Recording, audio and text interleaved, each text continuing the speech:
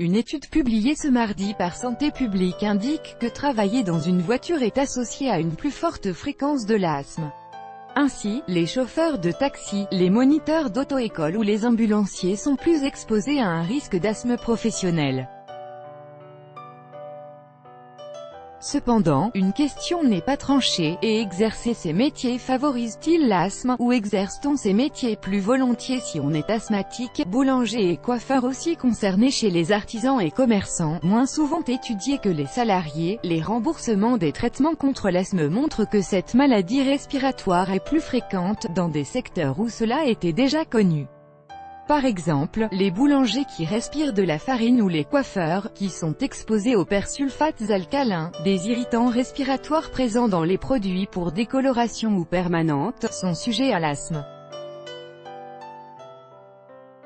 Mais, l'étude a observé également des risques d'asthme actuels plus élevés dans les secteurs non connus à risque, comme ceux de l'auto-école, des ambulanciers, des commerçants sur les marchés et le secteur des manèges forains et parcs d'attractions, expliquent les auteurs.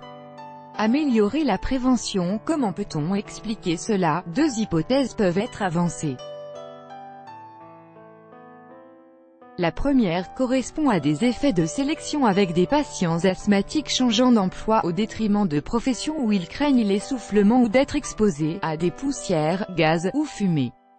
La deuxième hypothèse est l'existence d'un risque d'asthme propre à ces secteurs qui pourrait être en lien avec une exposition professionnelle ou environnementale à des substances irritantes telles que les gaz d'échappement. Selon les auteurs de l'étude, il faudrait une meilleure caractérisation des expositions professionnelles et environnementales pour améliorer la prévention. Et pour cause, Santé publique estime à 15% les asthmes qui sont dus à des risques professionnels.